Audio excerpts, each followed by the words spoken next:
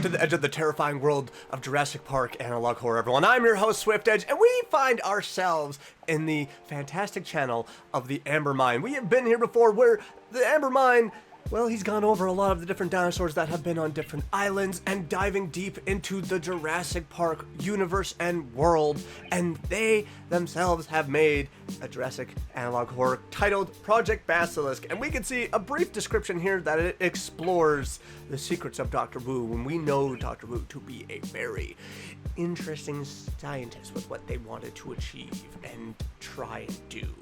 But I hope you got your snacks, hope you got your drinks, hope you've had your water today. We're gonna go ahead and watch. My name is Nathan Alex Franco. I was an animal behaviorist working for the Integrated Behavioral Raptor Intelligence Study, which began in 2012. Many of my colleagues have been speaking out against Dr. Henry Wu and his associates following the events of the Jurassic World incident 3 months ago. As you have heard from previous testimonies, many of the species on display at Jurassic World were actually cloned in the late 90s, before the restrictions labeled within the Gene Guard Act were lifted in 2003, making the creation of these species a violation of the ethical negligence within paleogenetic resurrection bill. I have been asked by my colleagues to give a record of my experiences during this period of time. This is a record of my time as an InGen Ranger during Project Regenesis, from the dates of August 19th to August 20th, 1999. You're opening up a gigantic can of worms right now. But sometimes you gotta expose the scientists that like to do a lot of terrible, horrible things. Like Dr. Henry Wu. That was a fun intro. Chapter 1. The Attack. We felt like mercenaries, deployed to a remote island of security for a team of so-called important clients. Of course, the details were extensive. We knew where we were. We knew what was on the other side of those old, tattered wire fences. What we didn't know was the horrors on our side of the fence. Top secret research on a need-to-know basis. For all we knew, they were making Frankensaurus. We were unprepared for an eventuality.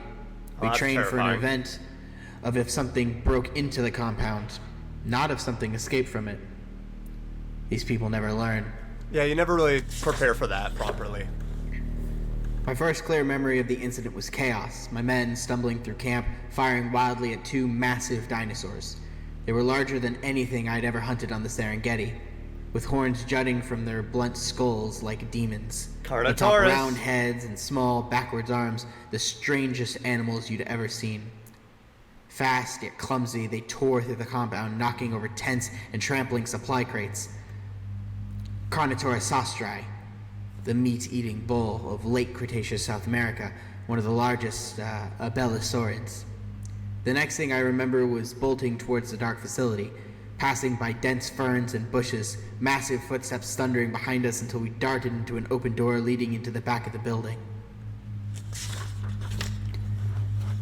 We stopped to catch our breath after we slammed the door and locked it behind us, thinking we'd left the danger outside. But as my senses returned, I realized our numbers had thinned. We had split up. I examined the room around us, looking at the massive crates, cages designed to hold animals as they matured or to quarantine them when injured or sick.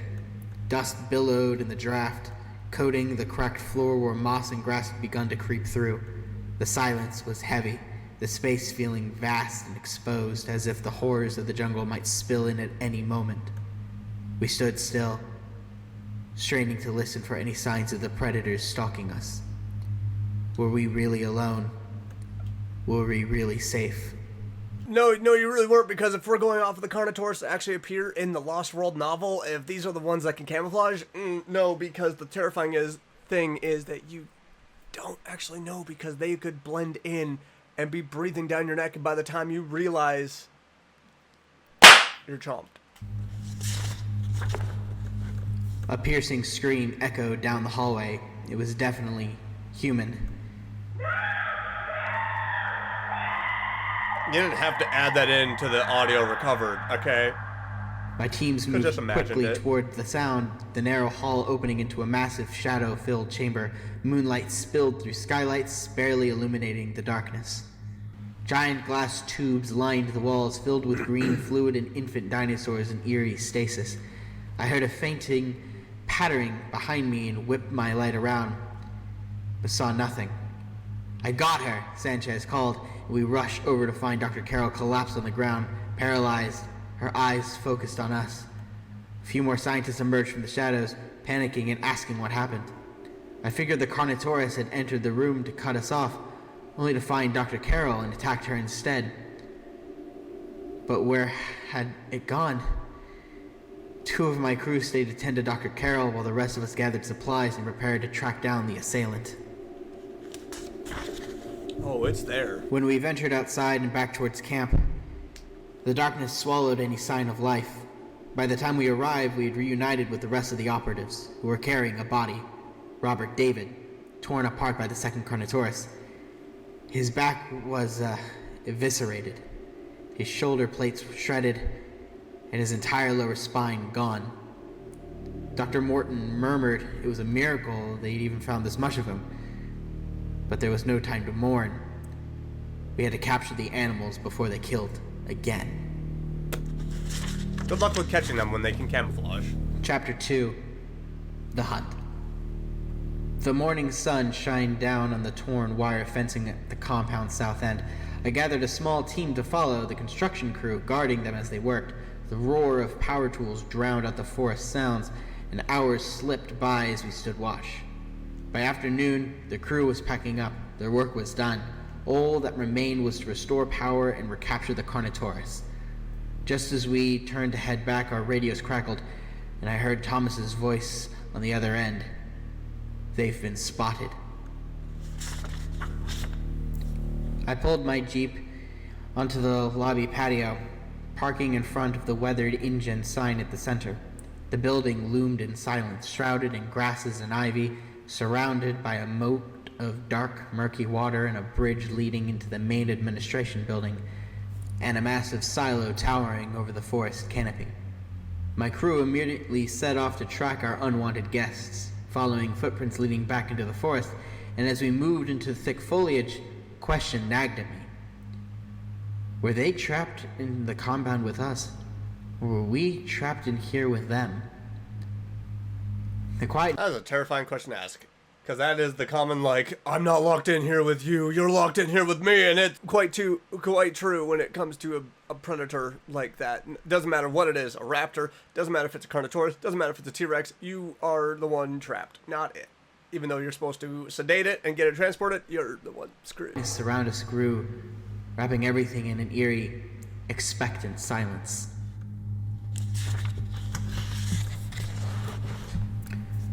An immense roar shook our nerves as we closed into the target's location. They were circling a tree, snapping at branches, fixated on something in the canopy. But whatever it was didn't matter to us.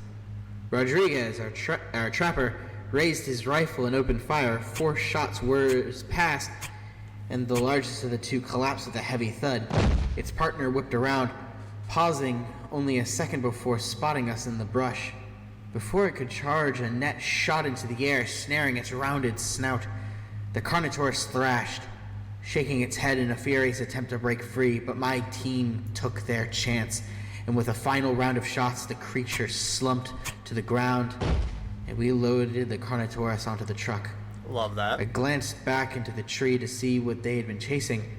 A sudden chill swept over me, as if something unseen were watching in return. For an instant, I caught a faint sound, a low trill that sent a shiver down my spine. Oh, what the fudge is that? Chapter 3, AV-24B. The following day passed in silence, our routines falling back to normal. My crew split into 2 teams, one to survey the facility, the other, mine, to scour the fences. About 2 hours into our shift, we spotted one of the Carnotaurus that had breached the compound lying still in the grass, approaching the fence cautiously. I realized as I drew near it wasn't breathing. It was dead. I hurried back to the Jeep and we looped around through the gate towards the fallen creature. My men kept their rifles at the ready, eyes scanning for the remaining Carnotaurus as I examined the corpse. No blood, no broken bones, nothing. Until I looked closer.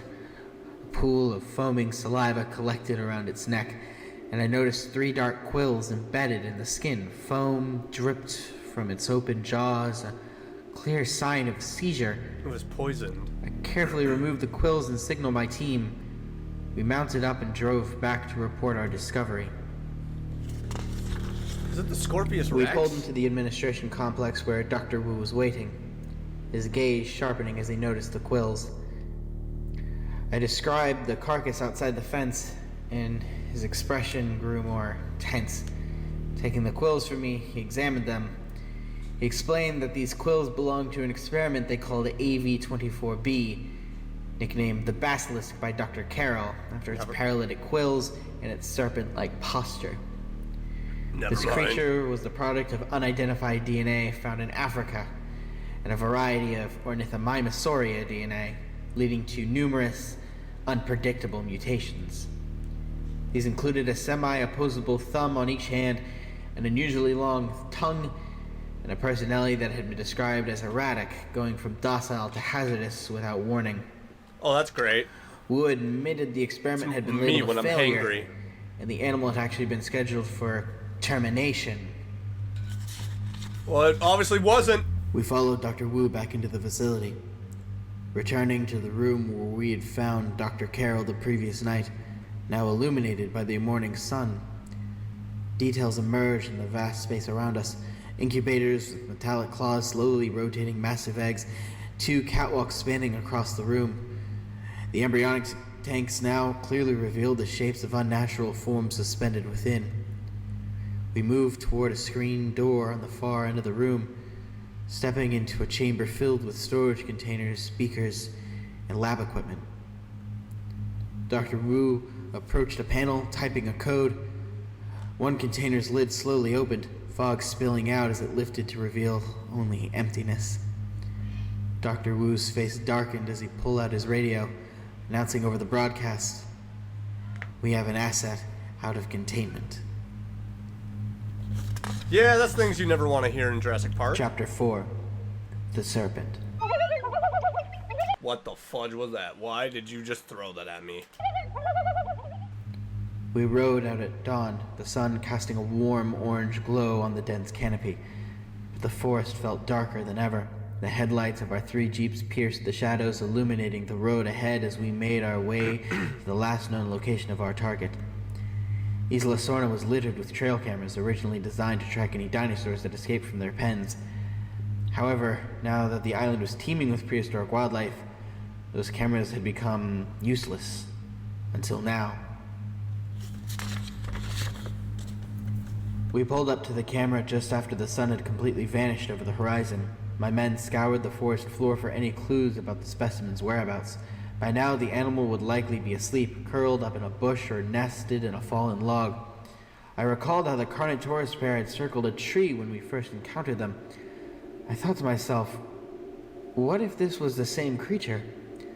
Slowly, I raised my flashlight into the tree branches, my heart racing as I braced myself for a face-to-face encounter They were gonna fight with a wild dinosaur. But then it killed one. But there was nothing. Well, it's not gonna stay in the same place. My nerves beginning to settle. I would still be on... We trekked onward towards the river. On the ball, ready Our to footsteps fight. crunching on fallen leaves and twigs, every subtle noise amplified in the tense silence. As we neared the river, we stumbled into a clearing littered with nests surrounded by massive cow-like dinosaurs. Their enormous, thick bodies sat in the field like massive cars. I recognized them as Edmontosaurus from our field guides, probably the largest hadrosaurs on the island. We carefully navigated through the nesting site, doing our best not to disturb the slumbering herd. Yeah, leave them alone. They're fine. Because they might fight you, actually. As the rushing of the river grew louder, our footsteps became more cautious. There, by the riverbed, we spotted it, drinking carefully while scanning the area for predators. Its long neck stretched towards the water as it took in a deep gulp. We stepped closer, hearts pounding. Suddenly, it swung its neck around, sniffing the air, and I froze, locking eyes with it. A chill ran down my spine. Just as it turned back to the river, I seized the opportunity. Aiming my rifle, I raised the gun, positioning the scope to my eye, and once again found myself gazing into its eerie glare. In an instant, the basilisk lunged at me, knocking the knife from my hands. I stumbled backward, hitting the ground hard. It stood over me, its intense glare fixed directly on mine. My men wouldn't take the shot. I was too close. Then, without warning, it bolted into the dense jungle. Panic surged through me as I realized I was hyperventilating, choking on the air, fighting to regain my composure. I scrambled to my feet, retrieved my weapon, and gestured for my men to follow. We plunged back into the forest, with Rodriguez suggesting we set up a trap. We split the team into two parties, one to lure the animal out, and the other to spring the trap. Okay, well, it's already been shown to climb in the trees, so what kind of trap are we thinking of setting here? Because if it can go on the ground, great. If it can go in the trees, you're screwed, because it will go from tree to possibly tree. Because some of the dinos that we've seen, especially being read in the books and on certain islands, like to be in the trees.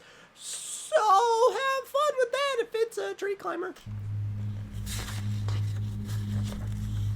As I approached the jeep, a cacophony of gunshots echoed through the trees, followed by screams piercing the air. My men came sprinting towards us, some collapsing onto the ground in agony. I could see quills protruding from their bodies, stark and gruesome against their uniforms. Is it able to shoot them out or still on something? their feet, frantically grabbed our wounded comrades, hoisting them into the jeeps. I shouted for a retreat, adrenaline surging through me as we prepared to evacuate. Just as we began to drive away, the creature lunged from the shadows, seized one of my men in his claws, and dragged him screaming into the depths of the forest. It ambushed and suddenly, you. The screaming stopped. It's an ambush predator. Chapter 5. It knows how to hunt. Search and rescue. We pulled over as soon as we could, my men on edge after Johnson was dragged away by that creature. I knew we had to act fast. We gathered all our wounded and loaded them into one jeep to be sent to the infirmary. Meanwhile, 2 men and I followed the creature while the rest would set up the trap. And once the trap was ready, shoot a flare out into the sky to lure the creature out. We ran through the jungle, trying to catch up to Johnston and the basilisk. Suddenly, the bushes ahead began to shake, and we stopped dead in our tracks. 3 small dinosaurs emerged, barely 4 feet tall, with twin crests resting atop their heads. The curious reptiles hooted at us like owls. Rodriguez stepped forward, and the animals reacted by unfurling dazzlingly orange and yellow frills, hissing threateningly. Recognizing them as juvenile Dilophosaurs, I grabbed Rodriguez and pushed him to the ground just as a wad of black spit shot past us. Samuel raised his gun, but I pulled out my taser and charged the nearest Dilophosaur by the tree, spinning it against the trunk and jabbing the taser into its neck. The other 2 Dilophosaurs watched as their friend writhed in pain, then jumped and fled back into the forest. That man stood on business for that. Like, get back Just to the seconds beast. after, a radio message cackled through. The dense jungle and lack of infrastructure made it almost impossible to understand. I could only make out a few words. Another animal had escaped containment. Why the fuck are they just piss poor at managing their Pushing dinosaurs? through ferns and small trees, the thick jungle felt almost impassable.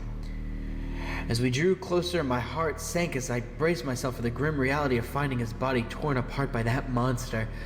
I still remember the feeling of looking at it as it stood over my comrade, his blood pooling and flooding the forest substrate, its eyes looking right at me as it dug its claws into his gaped chest. 2 fiery orange eyes turned my flashlight's beam back at me. It watched me. It was thinking. I had never watched an animal think before. What was going through its mind? How you A low taste. guttural trill came down on the animal. Was it trying to communicate with me? Oh, don't I do stepped that. forward. Snap! A branch interrupted our stalemate. I hadn't even realized I looked away just for an instant, but as I looked back, it was already gone. I rushed over to Johnson. I reached down and checked his pulse. He's alive, and staring right at me, the cold realization creeped up my neck as I watched the light in his eyes fade. Dread and anger mixed in my gut, and I turned the darkness, and there it was. The last time I saw a true monster. That looks like the Spino. I watched as the flare shot into the distant sky, a brilliant red beacon illuminating the chaos around us. Through the bushes, I caught sight of a silhouette racing towards the jeeps. My eyes watered as I hunched over my dead friend, cradling the lifeless body of someone I had known for years. The two others who followed me approached, and one of them fell to his knees at the side of Johnson's eviscerated body. One moment of sorrow was abruptly interrupted by gunshots, followed by a massive roll of rifles. Yep, that there's came a from our Spino. heavy artillery. A spotlight pierced the darkness, illuminated by a helicopter as it neared our position. Thundering footsteps echoed closer, and the roar grew louder and louder, until finally... It just stood there. Oh, they actually have a tape for that. Clear the spectators, he's coming back to board. Yeah, it's the Spinosaurus. That was the one that breached containment. Awesome. Now you got two problems. Good lord, this island sucks for freaking security. This thing just doesn't stop. No, it doesn't. It's angry. It hates humans. It's not over yet.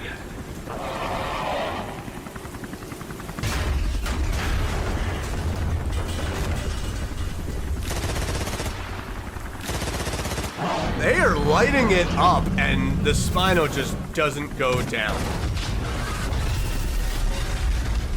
Why the fudge would the helicopter get that low? We're still reading the pulse. I don't think it's done yet. There's another one out there.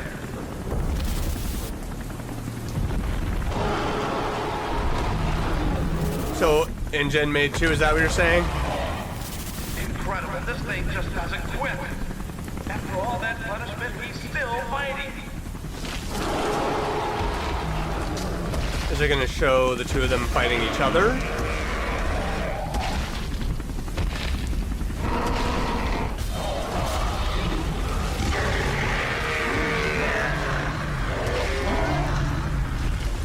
It's them just having fun. Well, that one was having fun. They don't like... A big guy like that had to go out fighting. Can't have two of them, apparently.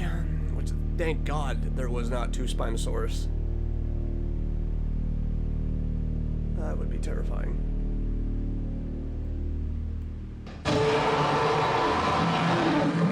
Yeah, I heard you the first time. Jeez. Just the Spinosaurus just establishing that it is the apex of Isla Sorna. That it is unmatched. That was good. I really enjoyed that. That was a great job, Ambermine. If you want to go check out Ambermine's channel, which I recommend you should, if you want to get a lot of information from the Jurassic Park franchise, link is in the description below. Go and check it out. This was fun. This was spooky. And I love that we get stories like this that come out, whether they're fan-made or they could be potential things that come from the actual Jurassic World channel, or from the actual universe, like for Universal, because Universal likes to put out things every now and then, and they like to put out short films, which we've seen with Battle at Big Rock, that you could get all these behind the scenes looking from different people's perspective, whether they work at InGen, the citizens that have been around there, of just all these different things. It's so fun, it's so great just to have those insights, and it creates more expansion for the world, and it's just a fun time. I love it. I freaking love dinosaurs, and I love the horror when it's all mixed together. It's so good. If you enjoyed this as much as I did, though, make sure to smash that like button, leave a comment down below, let me know what you thought about this. If there's anything you'd like to see me react to in the future, give me some suggestions right down below, take them all into consideration. And if you're new around here and you've been enjoying just seeing, well, you know what to do. You need to hit that subscribe button. And make sure you click that bell so you get notified of my next video. I will see you all in the next one, though. Bye-bye!